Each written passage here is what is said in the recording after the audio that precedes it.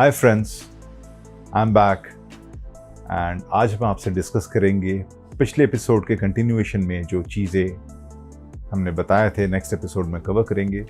वो है causes of hernia, hernia होता क्यों है। सेकंड इज सिम्टम्स, किसी को हुआ है तो उसको सिम्टम्स क्या क्या एक्सपेक्ट कर सकते हैं, कि किस कंडीशन में डॉक्टर के पास जाना चाहिए, एंड हाउ कॉमन, कि आमतौर पे व्हाट इज़ द रिस्क कि आपको हर्निया हो। इन चीज़ों के बारे में आपको विस्तारित जानकारी के लिए या थोड़ा सा रूबरू करने के लिए हम आपको ये एपिसोड लाए हैं।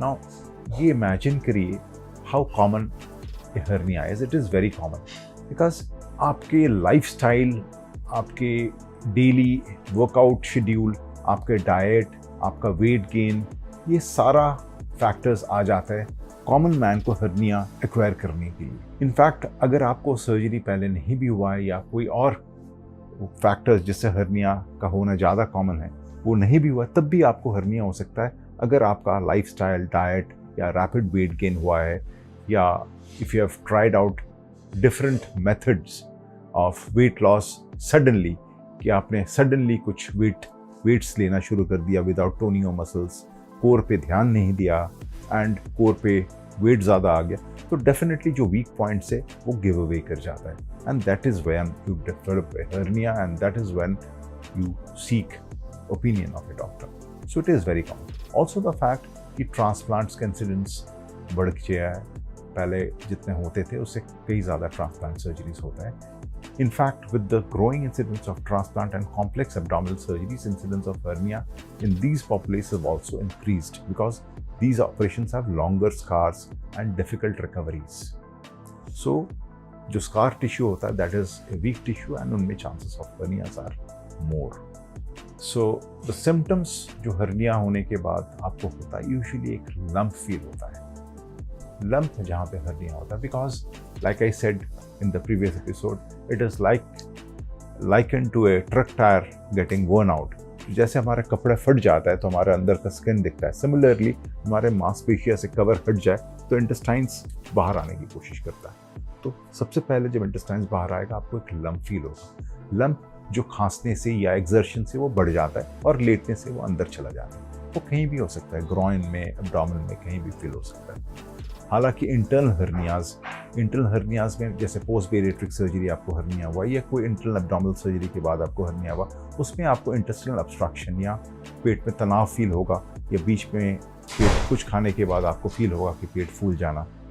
हाइटस हर्निया में आपको सिम्टम्स लाइक एसिड रिफ्लक्स या सीने में जलन होना या बार बार खट्टे डकार या कड़वे डकार आना मुंह में, इस तरह का सिम्टम्स आपको कॉमनली फील होता है जो रिफ्लक्स सिम्टम्स है।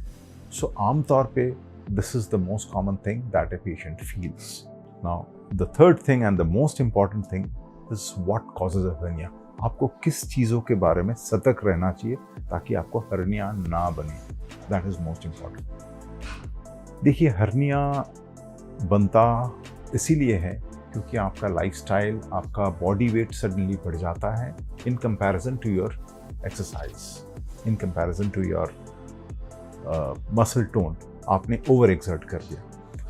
सो these are imbalances between the existing body framework and the amount of work you have done on that framework. This is for the normal person who have never had any abdominal surgeries. I am talking about that. So अगर आपका sudden gain in truncal weight, या suddenly आपने gym जाना शुरू कर दिया, young adults who have suddenly gone to the gym and suddenly started working out, या suddenly आपने कोई अतरंगी एक्सरसाइज कर लिया, you suddenly gone jumping, jogging, swimming, some odd exercise which you have not practised enough, तब जाके that part can give away, because potential weak points में ये होना बहुत लाजमी, because those are covered only with sheets of thin tissue which can give away.